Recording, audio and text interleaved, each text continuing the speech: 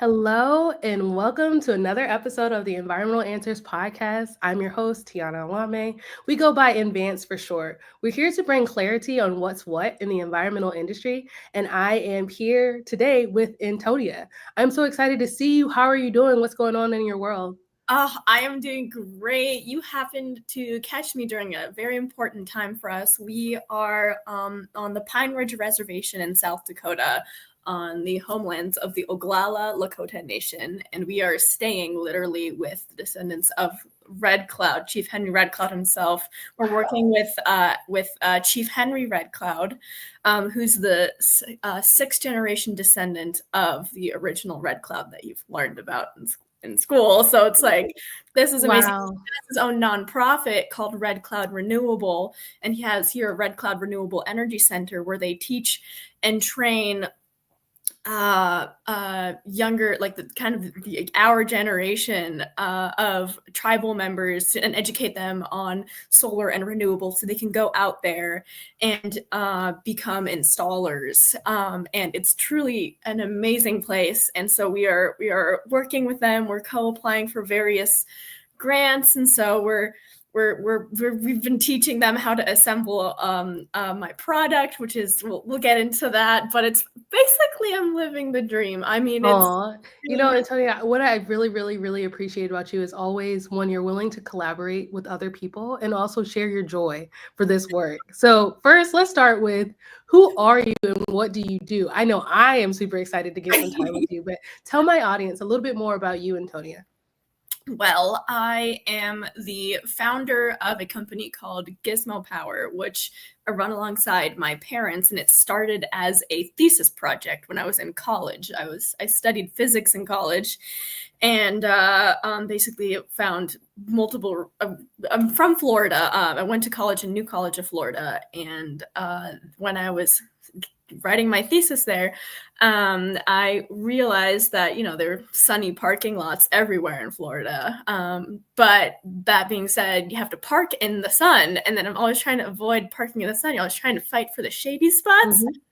Mm-hmm. But then I've seen solar carports everywhere, like California, and also like right next door at the airport. But then my dad and I looked into it a little bit more, and there's a lot of soft costs associated with permanent solar structures, so to speak, because of the fact that they are permanent. So as soon as my dad and I came up with a thought of what if we just put a frame on wheels, then it's not permanent, then that changes everything. Then we got a patent attorney. Now we have a patented system. And then I later on became my master's thesis at UC Berkeley, where I studied mechanical engineering. And then my mother's a brilliant writer who also went to UC Berkeley. And then lo and behold, we have a ton of grant funding and we're winning prizes and we're collaborating with people. And just from being our genuine selves of not trying to like go with the status quo, we found support by us going against the status quo. And we're like, wow, this is incredibly validating. And here I am today, Gizmo girl. I know, like I think I sent an email to you and your mom once saying like the Gizmo girls, because I think that is such, a dynamic and an inspiring story, mm-hmm. that it started with something that you noticed that was available, but like no one had actually done that particular work. So there's so much opportunity, in this work. Mm-hmm. And when I was thinking of like naming this episode, like Keep Powering On is just like very motivating. How your story is, it's like, just keep going, just keep figuring it out step by step.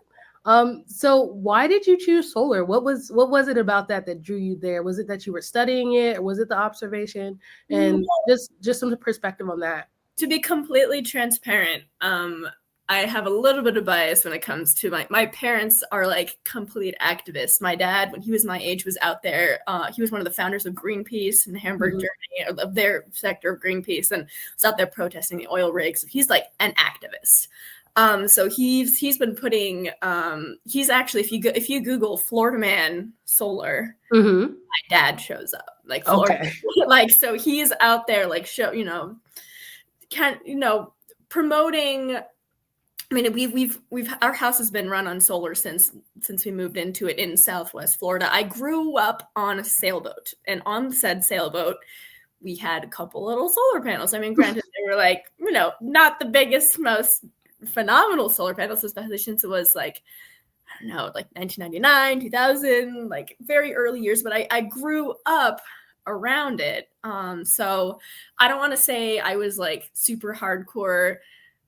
I from the very get-go, I had the right kind of atmosphere or the surroundings, and I was raised in a way where I feel like it made sense to me. So I didn't come up with this on my own. I was definitely I count my blessings, and it's definitely because I can thank my parents for my career. You're such a look, you're so humble, because also, even though you have the parent support structure to do the work, Antonia, don't take that away from yourself, because I honestly, there is work into it. Not everyone can go and study physics and build out an idea around that. So definitely want to give you your flowers there. So if you were giving advice to someone who was interested in building a product, like what would you tell them they should probably do first? I think it's also always really smart to see what's out there and take inspiration from many different things, find out what works, find out what doesn't work, and also find out what is like works especially for you. Like your vision. What are you trying to address? Are you trying to solve a problem? Are you trying to create something that's nice to have? Are you trying to create something that you must have?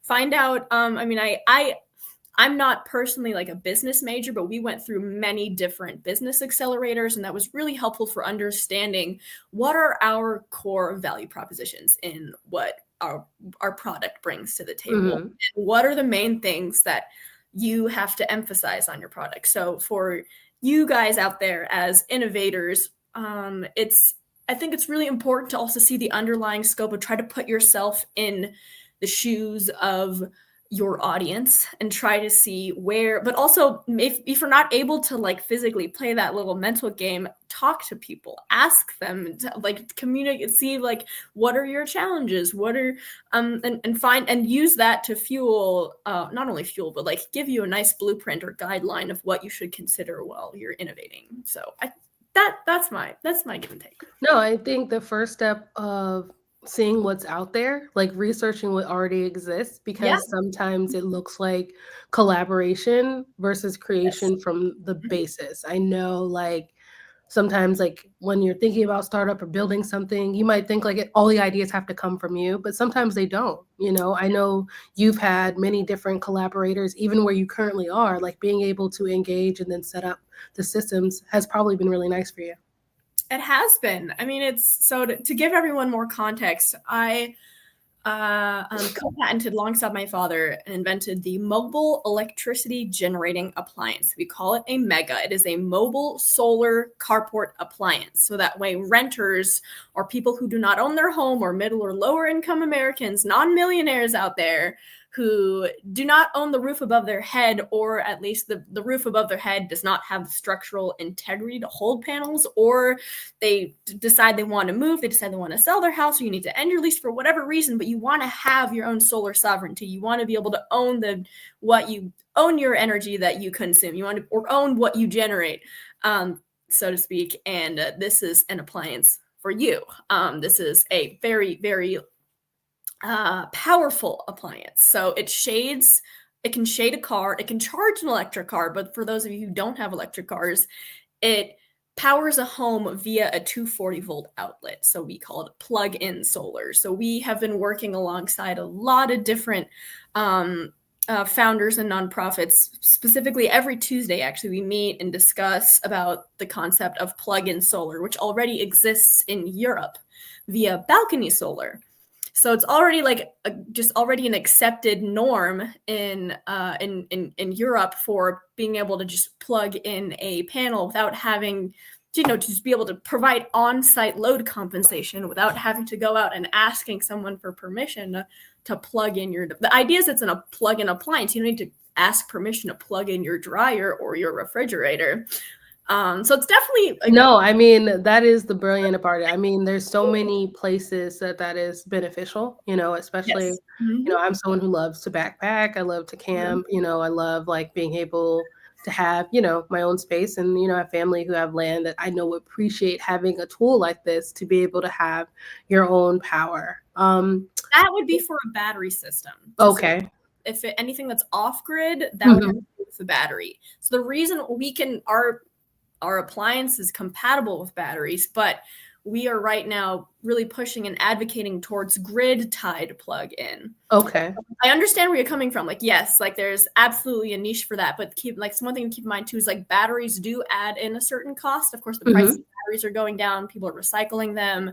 But in reality, I think the return on investment, like when you invest in a product like this, when you're grid connected, when you're connected to the grid and you're generating and none of it's being wasted, and then like if there's net metering involved, if you're being financially compensated for what you are generating, that is going to like rapidly increase the speed of which you will earn back your money from when you paid for the thing in the first place. So yeah, no, there was a disconnect. I want you to reiterate it in a different way regarding the battery and how your device is different with the grid. I would say, if you could say that one more time, just from a different perspective, because I heard you, but I know that like when I first saw your product, I wasn't 100% sure about how it worked. So now that I'm getting more perspective, I guess my follow-up question would be, let's say, for example, the power lines near my house need a moment to go down because they're upgrading the grid in my area. Would your tool be able to help something like that? Or is that something that is connected? Or is it more like in the front of my house, I want to charge my car and I'm just going to plug it in? It definitely depends on configuration. Luckily, we have a very flexible configuration in the sense where we are pretty much component agnostic. So whatever the owner of this appliance, however they wish or desire to configure it, they can do it that way. Okay. Similar to like it's a new way to use, it's a new deployment method. So if you want your rooftop system to be off grid, so when the grid goes down, you have your own system. Or there's also some people that have a special inverter that can still make you can still use your energy behind the meter if the grid shuts down, just not at night. Like as long as the sun is shining, then it will still generate electricity for you. But if you want that storage and be able to use it at night, past when there's no sun, then you need to configure a battery with it. It also depends on how long your so-called the grid outage is in place. But to answer your question, yes, it's completely possible, but it depends on how you configure it, because we've installed now, this is our 11th system, and they've all pretty much been configured in very different ways. And majority they've been via plugged in to a 240 volt outlet, and then on a dedicated circuit with a 40 amp breaker. So really making sure everything's ultra safe and it doesn't like have any like surplus loads on anything. So no, that makes sense. That's really clear. Yeah. What is the best way for people to learn more about your product? Is it on is there a website we could go to learn about it?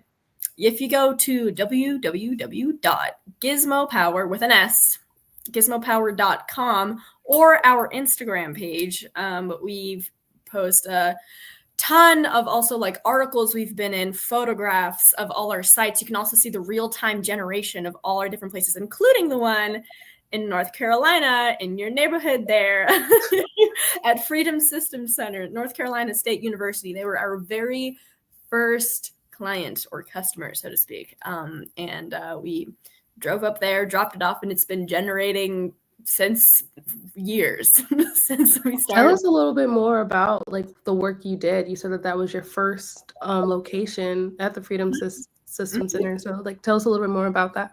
So we collaborated with Freedom Systems Center, North Carolina State University, for our first round of the American-Made Solar Prize. And they were doing a grid impact analysis for us. So basically they were taking the data of what their parking garage rooftop mega was generating, and then seeing how it would impact the grid at, say, like an 80% scale or 20% scale, to see like how would this impact the grid. And they actually found like there's some indication that it actually would lower the duck curve when timed with skillfully timed EV charging, so that way it would decrease like peak loads, and it was pretty fascinating. So we also have that published on our website, so if you're a geek about that stuff, you can go read that paper. And then we later had Slack out of Stanford do a follow-up research on like just of that same kind of grid impact analysis research, but for California. So we have a lot of validation from various national labs, and but like specifically in North Carolina, they were doing a grid impact analysis, and we have that on our website, so you should go check it out. And that's really good. I guess like when I was asking about how the process was for you, something that I heard, let's say if I came to this episode and I was looking at like, hey, I'm trying to build a product. And it sounds like one of your techniques for building your product was like finding these challenges. You said the American Made challenges through the DOE, and then working through like collaboration partners to then validate and test. I know that sometimes, at least in my experience, people think that when you're building something, you build it alone. And I just want to like highlight what I hear from you is that important piece of collaboration. And if you could just paint a little bit more of a picture about why that's so important. Absolutely. A very important piece to piggyback on that is that to not be afraid of when to ask for help. Like especially like the DO, like at least from that administration, the DOE provided us with a lot of different advisors, and then also we were able to give vouchers to these national labs and like really work with these incredibly intelligent and competent individuals on this, people seem to like from the outside, it may seem like a very simple concept of just a plug-in solar frame carport. Like it's not a rocket science situation. It can be done now. But from the perspective of new innovators, definitely knowing when to ask for help and knowing when something's out of your scope or like your ability, don't like to not be too, my parents and I, we recognized if there's something we weren't able to do, we knew we could ask for help, or at least learn how to do it. So that way we always have the best results, or at least are continuously always being honest with ourselves. So truly be honest with yourself. Don't convince yourself, stay humble. I think the key to success is to staying humble and recognize it's not a weakness to ask for help. That is No, that's what I would say. That's an excellent soundbite. Definitely will cut that for short because that's really important. With like building anything is knowing what you know and then knowing what you don't know. Yes. When setting up this project with your dad, like, did it take you guys a long time? Like, what was that ideation phase to like actually taking action? Did you have a lot of planning? Has it been an iterative process? Just tapping into how it's been for you. It's a never-ending process. So we're continuously trying new ways to do things. We've had so many different prototypes, but that's also the fun of it. For those of you out there that like design or innovation challenges and like solving different problems, this is definitely the kind of thing that would be up your alley. So from the very beginning, I started out with me having to weld on a ladder because like just our original structure, it was it's cute. I like to say you can see it on our website, our very, very first prototype. You can see why we probably didn't go like mass producing this kind of style. But it's mostly, it still works. It's still generating electricity for our home in Sarasota, Florida. It's got the little wheels on it. So it's technically still mobile, and it's an extension off of our rooftop system. But the design evolution of learning, that I also had to learn a little bit during my master's, was optimizing the design to like decrease manufacturing costs, maintaining structural integrity. I basically had to teach myself various forms of CAD, where I then recruited a team of other UC Berkeley students who then helped me with optimizing our design to make sure that it would not be we didn't have as many connection pieces. We started out with like, I think over 27 different connection pieces to maintain the structural integrity of 170 mile an hour winds. But then we found ways to really decrease the complexity while maintaining its rigidity and resistance against wind and snow loads. But it's been difficult to go back and forth between drawing it out on the computer on CAD and then going back to my dad's workshop and then like actually doing it in real life, like building it and then finding out where there are planar collisions, finding out what is actually impossible. So it's really actually quite fun to and just figure out where the line is between what's possible and what's impossible. Because a lot of times if we're working on the computer, even though things are in 3D, and you can simulate how aluminum would work. There's nothing that compares to actually drilling those holes in the right places and making sure the aluminum aligns correctly and that everything works as it should, as it supposedly does on CAD. So it's a very fun back and forth between real life and virtual and simulation and reality. So that's been quite cool to be able to experience both sides. So no, what I heard was like, it is constantly changing. Like you're constantly iterating, you're constantly learning, and that's the fun of it. I know that for some people, it could look like, oh man, I have this idea and I don't know how long or how many steps are in between. But that first idea is what is inspiring you to do the work, right? You have to accept that that work is probably going to change and that first idea may not end up being what it is that you create. I'm very curious about how it was for you to build this in grad school and recruit a team. You know, like sometimes recruiting a team that are also your like peers can be difficult. So how did you navigate that challenge? Well, that wasn't even that was the easy part. I just told my story and then students like came to me. I was like, this is not everyone can tell a story. And I like, so for you, she said the easy part was the story. That means that that's a skill. I mean, you telling a story is the best way. So I want to double click on that, but tell me the challenge too. I mean, step was the, go ahead. If you're passionate about it, it shouldn't feel like a task. I mean, even if it's like daunting, like you feel like a lot of pressure, then of course something you love and care about can be daunting. Because there's a lot of pressure involved. But really also advocating for yourself, recognizing you're going to be told no. My project was actually rejected initially for my master's at UC Berkeley. Okay. Because I'd missed the deadline to submit. It was prior to actually like getting there was some deadline issues where they said, oh, you missed a deadline for submitting in your concept of a project. So they call it a capstone project. But then I noticed they kept sending emails saying, oh, projects have been dropped. And I was like, and we've also added new projects. And I was like, well, if you've added new projects, you should be able to add my new project. I basically kept emailing new people, emailing the boss's boss, and going up the chain. And then finally someone's like, yeah, we'll add you. And then at the very end, they're like, wow, look at this amazing project that we did.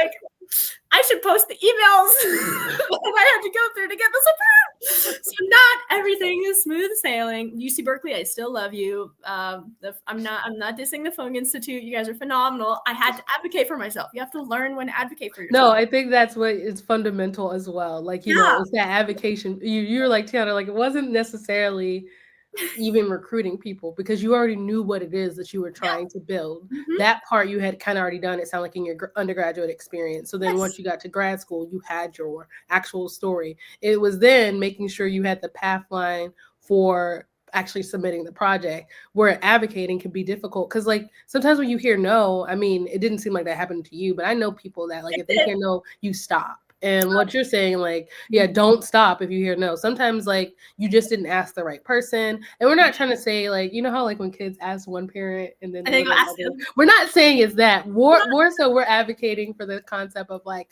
are you sure? Because I know what work it is that I'm doing, you know, and you have to keep going. Exactly. And I aligned my cards in a way where, like, also the project was being funded by the Department of Energy. So did not come not a single penny came out of UC Berkeley for this project.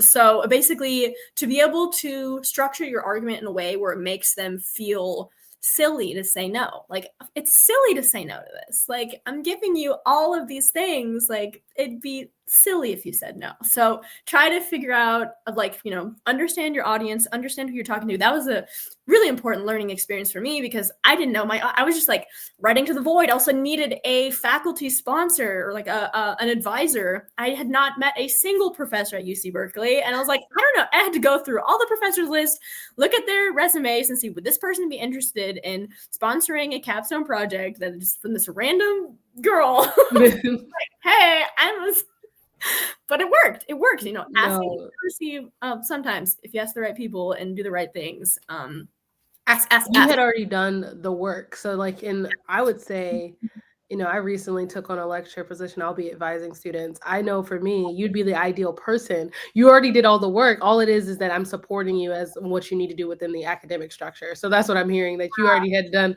all you're not coming to ask like, hey, like, can you give me an idea? Yeah. Which I think is something that I hope any of my students or any students or anyone anywhere that's interested in school or work or projects hear this episode and know that like you have to do the work. You can't always expect someone to give something to you. You have to come with something because they can't even help you if you haven't created something. And so what you had and what you brought, which they were lucky to have you at UC Berkeley come in. Popsicle sticks, even if like you know, whatever you're able to do, or like even if you want to configure it digitally via CAD, like somehow be able to explain your vision to someone who does not live inside your brain. Because all of us, we live inside our brains, we come up with these ideas, we get super excited about it, and then we go and try and explain it to other people, and other people are like, that's cool. I appreciate your passion.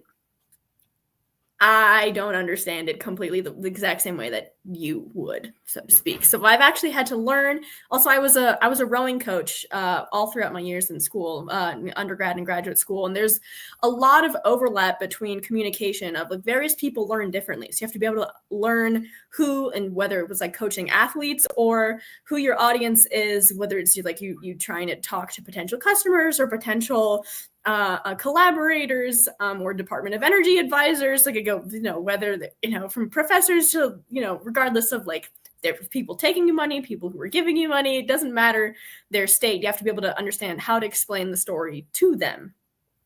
No, that's very clear. I think that's something to also double tap on because, you can have an idea, but you can't get frustrated if the person that you're trying to explain it to doesn't understand it yet because you've done all this internal thought processing that you've connected dots. But you have to know how to connect the dots for other people. And that's so interesting. I'm trying to think of which book it was. It was probably Lessons in Chemistry that talked about rowing and like, okay, so that's what my brain is. And that's when I really learned and appreciated the communications needed. Like when I was reading that book, I'm like, man, row is really difficult because like someone's talking behind you and basically I felt like I'm sensitive. I feel like, do you understand what I'm saying? It makes you work through feedback. I think row is a very good sport for learning how to accept feedback. It does. It does. That's what I it really does. Also, that was just a shout out to rowing. My sister's at Head of the Charles, which is the largest regatta in North America in really? That's Boston. Cool. So she's shout out to her. Shout out to her.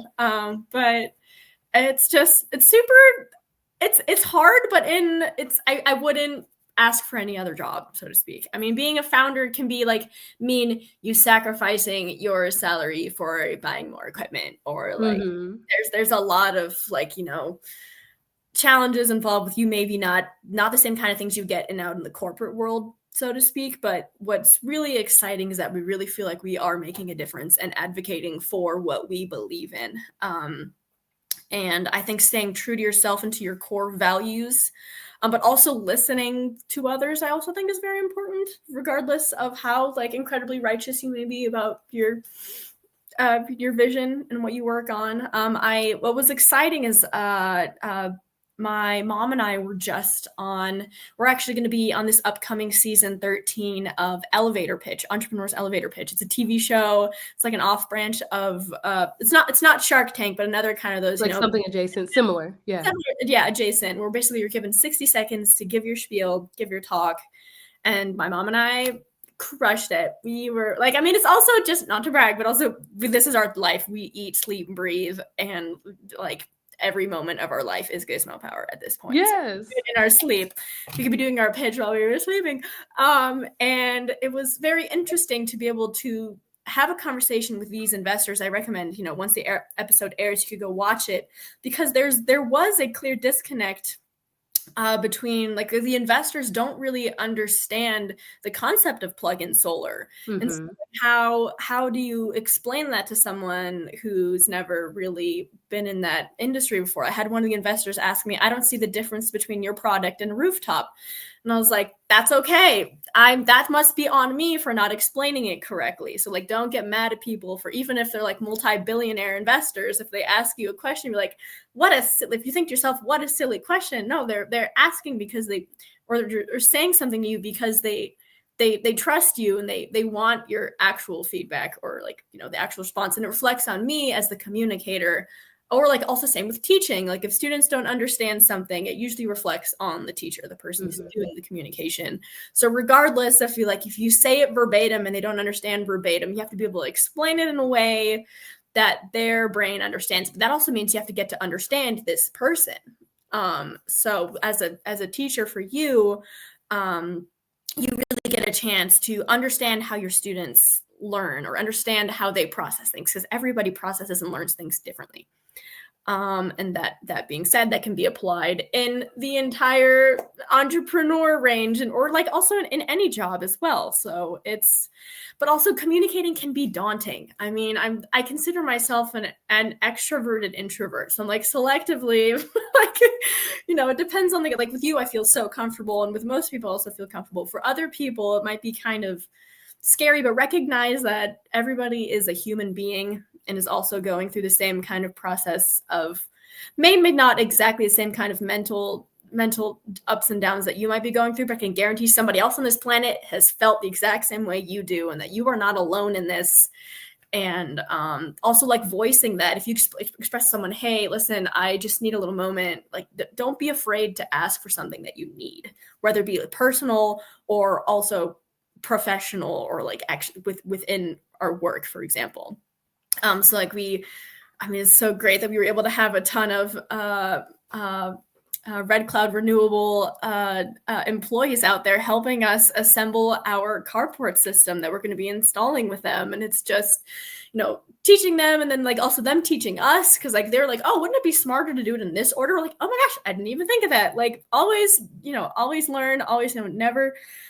I never really see anyone as being like, if someone's an employee of someone else, of them being like any less of any extent. I actually, if anything, it gives them more of an opportunity, like that everybody should be treated equally within respect of knowledge of things. Like the same within rowing too. Like I remember when I was a rower, there were many instances where like I would really want to, if you were an upperclassman, you were expected to still respect the underclassmen, because they could still beat you into that boat. Like they could still like be faster than you, regardless of age or where they come from. Like everybody's, in it for themselves, but at the same time, you want to be able to be on good terms with them. Because I remember being an underclassman and feeling like super intimidated by the older people. If you're like an employee of some, being super intimidated by your boss, there's many different times if you like communicate your thoughts and feelings. Most of the time, I think people would empathize and sympathize with you. And oh my gosh, sorry, I was just on the soapbox there. No, I mean, for me, this was very insightful and very helpful. Something I just wanted to circle back to really quickly was when does the episode, like when can we look out for, it's called the elevator pitch? Elevator pitch. We received an email that they will be released soon.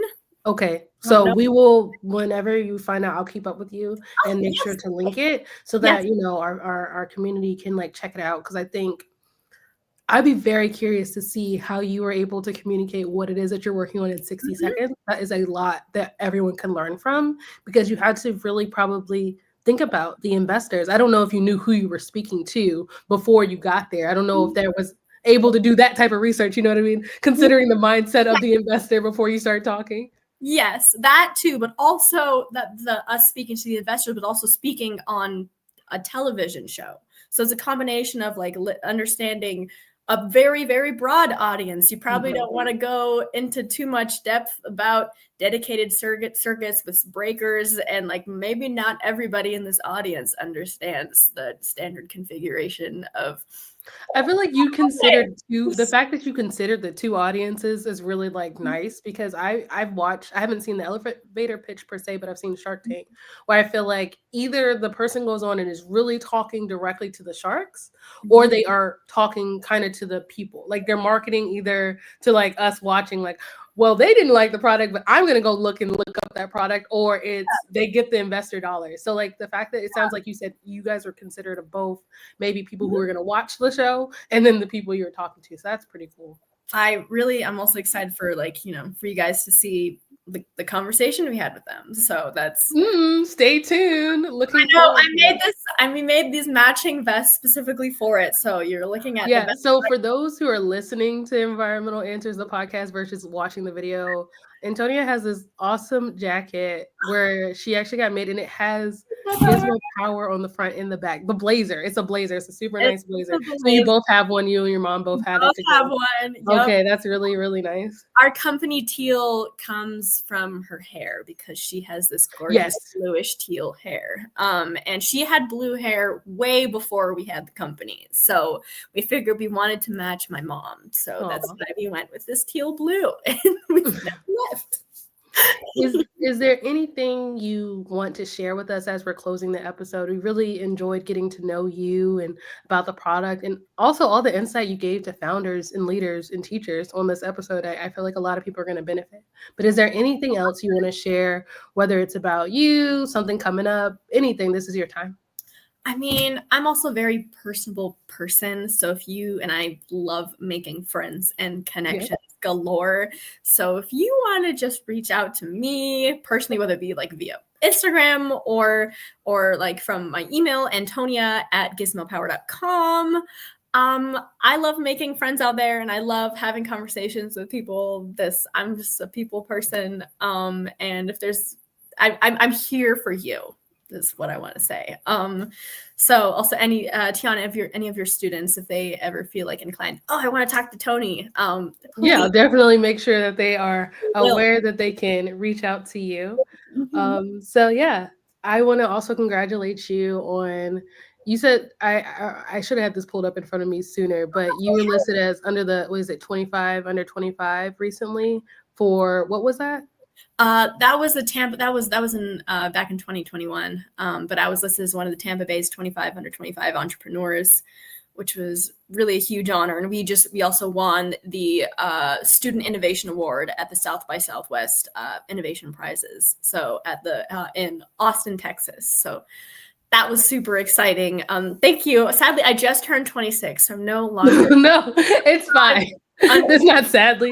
There's so many other things, never can tell. You just might be under a 30 under 30 list or anything under,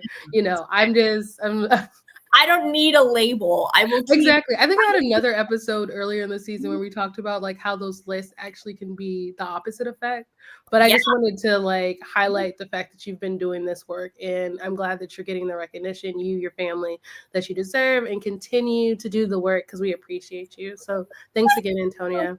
And thank you for everyone who listened to this episode of the Environmental Answers podcast, where we aim to increase everyone's environmental intelligence. Feel free to email us at askenvans.org. We'll answer any questions that you may have, or it could be featured on the next episode of EnvAns. So thank you again for listening in, and thank you again to Antonia and all the work that you're doing at GismoPower, and we'll be in touch next time. Thank you. Thank you. Cheese.